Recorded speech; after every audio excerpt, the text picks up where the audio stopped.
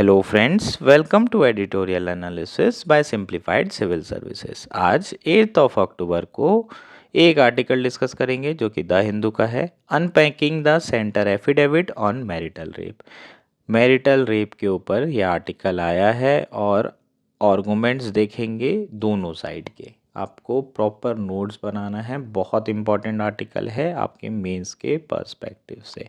अगर आपको हमारा एनालिसिस पसंद आ रहा है तो प्लीज़ लाइक करें, कमेंट करें, शेयर करें एंड सब्सक्राइब करें। अगर आपको इसकी पीडीएफ चाहिए तो आप हमारा टेलीग्राम चैनल भी ज्वाइन कर सकते हैं। आइए शुरू करते हैं हमारा एनालिसिस। हमारा फर्स्ट आर्टिकल है unpacking the centres affidavit on marital rape. यह आर्टिकल द हिंदू में आया है। GS1 GS2 मेंस के पर्सपेक्टिव से काफ़ी इम्पोर्टेंट आर्टिकल है, प्रीलिम्स के पर्सपेक्टिव से उतना इम्पोर्टेंट नहीं है पर स्टिल इम्पोर्टेंट है। बेसिकली आर्टिकल में हम मैरिटल रेप इशू के बारे में बात करेंगे। काफ़ी इम्पोर्टेंट ये आर्टिकल हो जाएगा। इसको अच्छे से इसमें जो पॉइंट्स दिए हुए हैं उसे अलग से प्रोज एंड कॉन्स के बारे में लिखेंगे। ठीक, क्या क्या इश्यूज़ हैं रिगार्डिंग मैरिटल रेप, ये केंद्र सरकार ने रिसेंटली एफिडेविट में डाला है। सो एक साइड में एक इश्यूज़ के बारे में लिख लेंगे कि क्या इश्यूज़ आएंगे अगर हम मैरिटल रेप को एक क्रिमिनल ऑफेंस बनाते हैं तो, और नहीं बनाते हैं तो क्या इश्यूज़ होंगे, दोनों को अलग से लिख लेंगे। यहाँ पर काफ़ी सारे अच्छे आर्गूमेंट्स दिए हुए हैं। शुरू कर लेते हैं, पहले कॉन्टेक्स्ट देख लेते हैं। Marital rape exceptions in section 63 exception 2 of the भारतीय न्याय संहिता 2023 states that sexual intercourse of sexual acts by man with his own wife, the wife not being under 18 years of age, is not rape. जो भारतीय न्याय संहिता 2023 में recently pass की गई है उसके section 63 में marital rape exception दिया हुआ है, जिसमें ये कहा गया है कि अगर सेक्सुअल इंटरकोर्स या फिर सेक्सुअल एक्ट एक पुरुष के द्वारा अपनी वाइफ के साथ किया जा रहा है, चाहे वो फोर्सफुली भी किया जा रहा हो, तो भी उसे रेप में कंसिडर नहीं किया जाएगा। बस एक छोटी सी कंडीशन यहाँ लगाई गई है कि जो वाइफ है उसकी उम्र 18 वर्ष से कम नहीं होना चाहिए। अगर लड़की माइनर है तो चाहे वो वाइफ है या फिर नहीं है, अगर उसके साथ किसी भी तरह का सेक्सुअल एक्ट किया जा रहा है तो वो रेप में कंसिडर किया जाता है। लेकिन अगर 18 वर्ष से ऊपर है और अगर वो वाइफ है तो किसी भी तरह का सेक्सुअल एक्ट करने के बाद भी उसे रेप कंसिडर नहीं किया जाएगा according to this provision of Bharatiya Nyaya Samhita 2023। The provision is under challenge before the Supreme Court of India and Center has filed an affidavit in support of MRE which needs unpacking। ठीक, so obvious है कि supreme court में इसे challenge किया गया होगा। Marital rape एक बहुत बड़ा इशू है ना। अगर आपने बड़े लेवल पर नहीं देखेंगे, शहर वाले लेवल पर नहीं देखेंगे, लेकिन अगर आप विलेज लेवल पर देखें तो कई बार जो मैरिज है उसमें फोर्सफुली सेक्स महिलाओं के साथ किया जाता है। वो चाहे या ना चाहे उनकी कंसेंट बिल्कुल भी रेलेवेंट नहीं होती है और उसमें कहीं ना कहीं जो महिलाएं हैं उनका यौन शोषण हो रहा होता है, एक्सप्लॉइटेशन हो रहा होता है। सो ये एक बड़ा इशू तो है, पर इसके साथ बहुत सारी प्रॉब्लम भी है। उन सारी प्रॉब्लम को केंद्र सरकार ने एफिडेविट के माध्यम से अलग से पुट किया है रिसेंटली सुप्रीम कोर्ट में। क्या क्या प्रॉब्लम्स हैं वो सारी चीज़ें देखेंगे और उसके काउंटर आर्गूमेंट्स क्या हो सकते हैं वो भी देख लेंगे। जो सेंटर ने आर्गूमेंट्स दिए हैं उसमें जो सबसे फैमिलियर आर्गूमेंट है वो देख लेते हैं। The differential treatment of married and unmarried women by MRE does not violate Article 14 of the Constitution, the right to equality, because married and unmarried women are not equally placed. पहला argument जो केंद्र सरकार ने दिया है वो ये कहा है कि जो डिफरेंशियल ट्रीटमेंट मिल रहा है मैरिड और अनमैरिड वुमेन को, वो आर्टिकल 14 का वायलेशन नहीं कर रहा है। वो इसलिए नहीं कर रहा है क्योंकि फर्स्ट प्लेस पे जो मैरिड और अनमैरिड वुमेन है वो इक्वली प्लेस्ड है ही नहीं। अगर वो इक्वली प्लेस्ड नहीं है तो प्रोटेक्शन भी इक्वली नहीं दिया जा सकता है ना। हम आर्टिकल 14 में क्या करते हैं, हम यही तो बोलते हैं कि अगर सेम सर्कमस्टांसेस हैं, सेम सिचुएशन है तो आपके लिए सेम लॉ होगा। कोई आगे नहीं, कोई पीछे नहीं, सब बराबर होंगे, लेकिन इक्वल फुटिंग होना चाहिए, इक्वली प्लेस्ड होना चाहिए। अगर इक्वली प्लेस्ड नहीं है तो किसी किसी के लिए हम क्या कर सकते हैं, अफर्मेटिव एक्शन ले सकते हैं, रिजर्वेशन प्रोवाइड कर सकते हैं, क्योंकि उन्हें ज़रूरत है।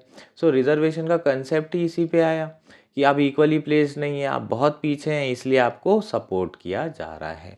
सो उसी तरीके से यहाँ पर आर्गूमेंट दे रही है केंद्र सरकार की जो वुमेन्स हैं, जो कि मैरिड और अनमैरिड हैं, दोनों ही इक्वली प्लेस्ड नहीं है सोसाइटी में। बहुत सारे बेनिफिट्स महिलाओं को मैरिज के बाद मिलना शुरू होते हैं, लेकिन अगर वो मैरिड नहीं हैं तो उन्हें कई सारे जो है बेनिफिट्स नहीं मिल पाते हैं।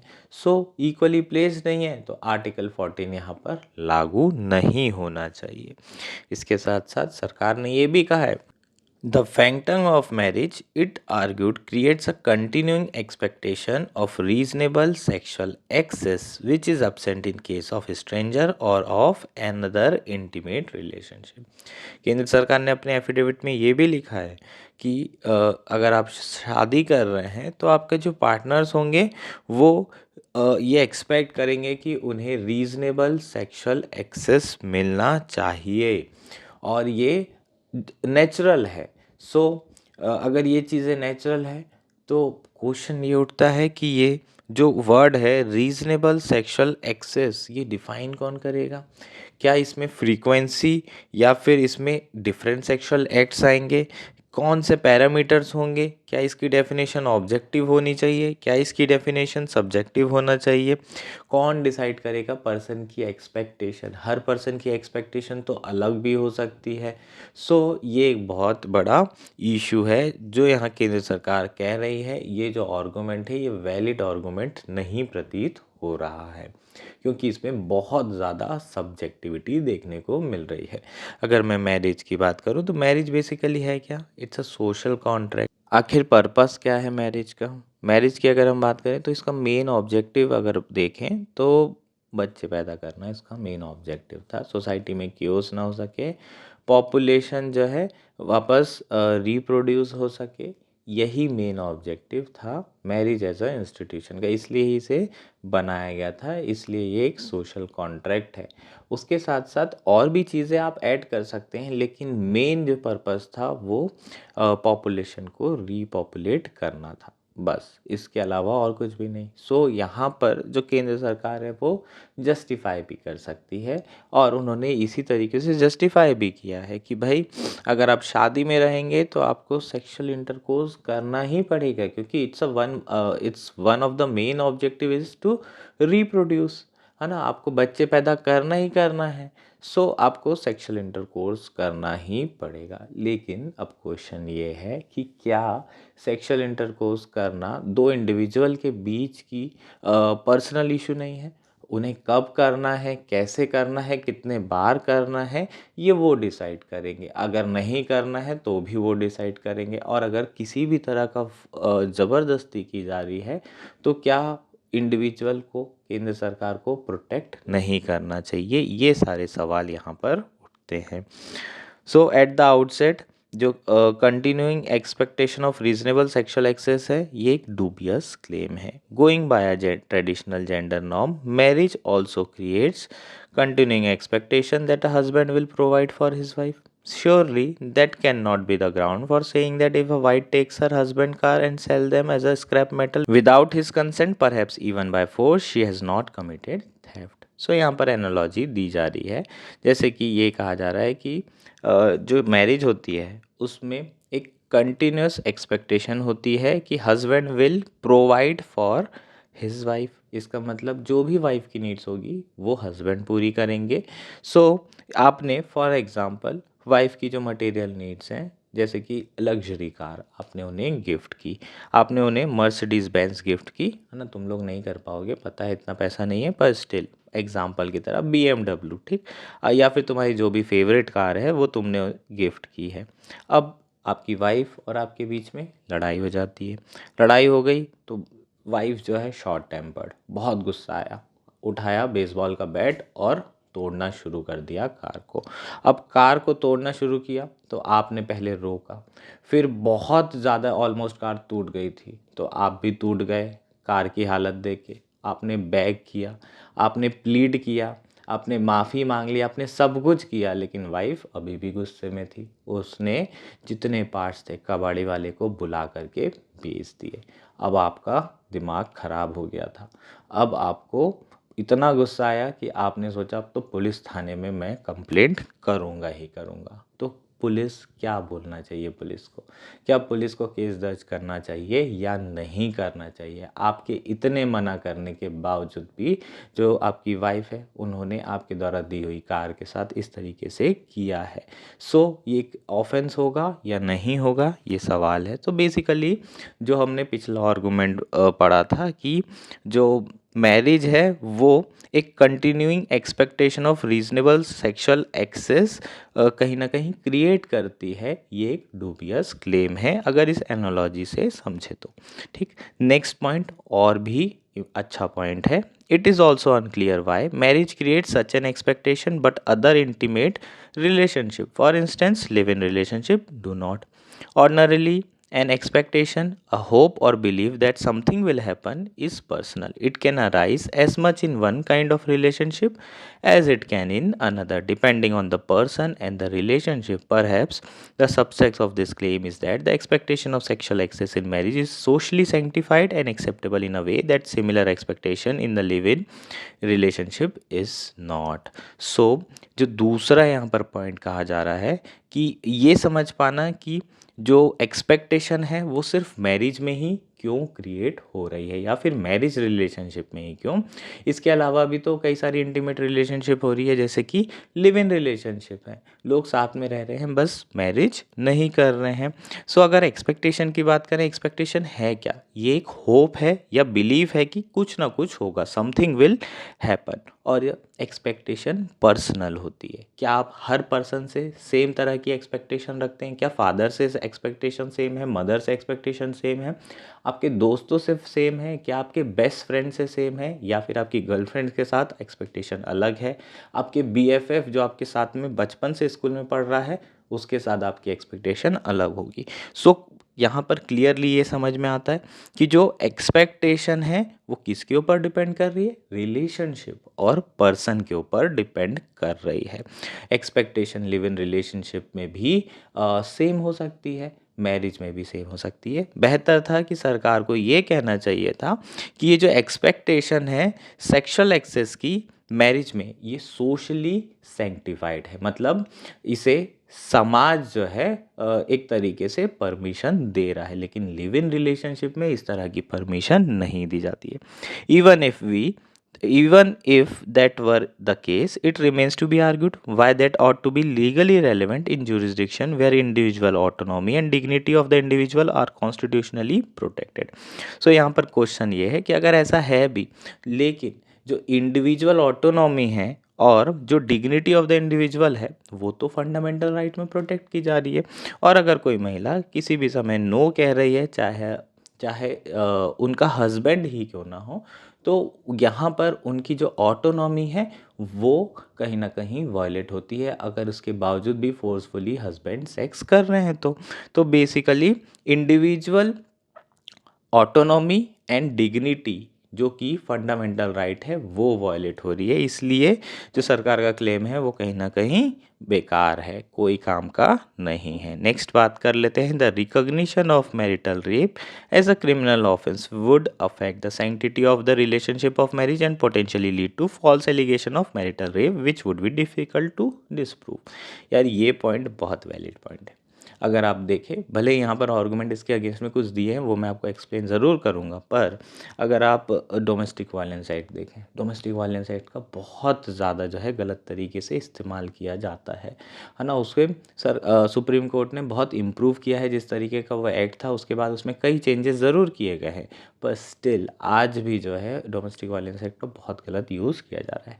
मैरिटल रेप में प्रॉब्लम क्या आएगी? मान लीजिए कि अगर किसी तरीके की लड़ाई हो जाती है, लास्ट नाइट आपने इंटरकोर्स किया था और आपकी लड़ाई हो जाती है बहुत ज़्यादा, और कई बार महिलाएं या फिर बहुत सारी ऐसी महिलाएं जो शॉर्ट टेम्पर्ड हो जाती हैं और बात बहुत ज़्यादा बढ़ गई समहाउ किसी भी तरीके से, और महिला ने इस तरह का चार्ज लगा दिया। अब जब सेक्स किया जा रहा था तब तो कंसेंट थी, जब इंटरकोर्स कर रहे थे तब तो कंसेंट थी, लेकिन बाद में जो भी रीजंस थे जिसके कारण ये कंप्लेंट कर दी गई, अब इसे डिसअप्रूव करना पॉसिबल नहीं होगा। इसे एक्चुअल में देख पाना कि एक्चुअल में कंसेंट थी या नहीं थी, एक मैरिज इंस्टीट्यूशन में बेडरूम के अंदर क्या हो रहा है ये समझ पाना इतना आसान नहीं होता। आप मैरिज के बाहर तो ये चीज़ें फिर भी प्रूव कर सकते हैं, लेकिन एक मैरिज इंस्टीट्यूशन, एक बेडरूम के अंदर क्या हुआ है, कैसे हुआ है, इसे प्रूव कर पाना ये बहुत डिफ़िकल्ट टास्क है। और अगर marital rape as a offence consider किया जाता है तो बहुत प्रॉब्लम हो सकती है पुरुषों के लिए। हो सकता है कि उन्हें जेल की विज़िट उनके लिए है ना आम हो जाए। तो ये एक इशू, एक्चुअल में ये एक बहुत बड़ा इशू है। इसके साथ साथ जो दूसरा यहाँ पर पॉइंट कहा गया है, जिससे बहुत सारे लोग शायद एग्री ना करें, कि जो sanctity of institution of marriage है वो अफेक्ट होगा अगर हम इसे मैरिटल रेप को क्रिमिनल ऑफेंस बना देते हैं।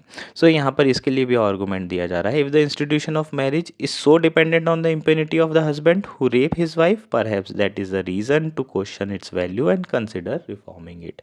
ठीक, सो यहाँ ये कहा जा रहा है कि अगर मैरिज एज अ इंस्टीट्यूशन सिर्फ इस बात पे डिपेंड कर रहा है कि मैरिटल रेप को क्रिमिनल ऑफेंस ना बनाया जाए, तो इससे बेहतर यही होगा कि ये जो आपका इंस्टीट्यूशन है इसे एटलीस्ट रिफॉर्म करने की कोशिश करिए। और जो कंसर्न है मिसयूज़ के, वो बहुत बड़े कंसर्न नहीं है। ऐसा कोई लॉ नहीं है जिसमें मिसयूज़ नहीं होता है। जैसे कि एग्जांपल दें, SC/ST एक्ट की बात करते हैं, ये 1989 SC/ST एट्रोसिटी एक्ट है ना। रिसेंटली सुप्रीम कोर्ट ने इस एक्ट को थोड़ा सा डाइल्यूट किया था, लेकिन सरकार ने वापस इसे बहुत रिजिड टाइप से बना दिया है, बहुत ही स्ट्रॉन्ग टाइप का एक्ट बना दिया है ना। इसमें जो एंटीसिपेटरी बेल से रिलेटेड प्रोविज़न थे वो वापस डाल दिए हैं। इसका मतलब कोई भी आदमी बेल भी नहीं ले सकता इस डर से कि उसे जो है गिरफ्तार किया जा सकता है। एंटीसिपेटरी बेल बोलते हैं इसे। सो इस तरह की प्रोविज़न नहीं है। बहुत सारे इसमें सेफगार्ड्स जो थे वो सरकार ने हटा दिए हैं।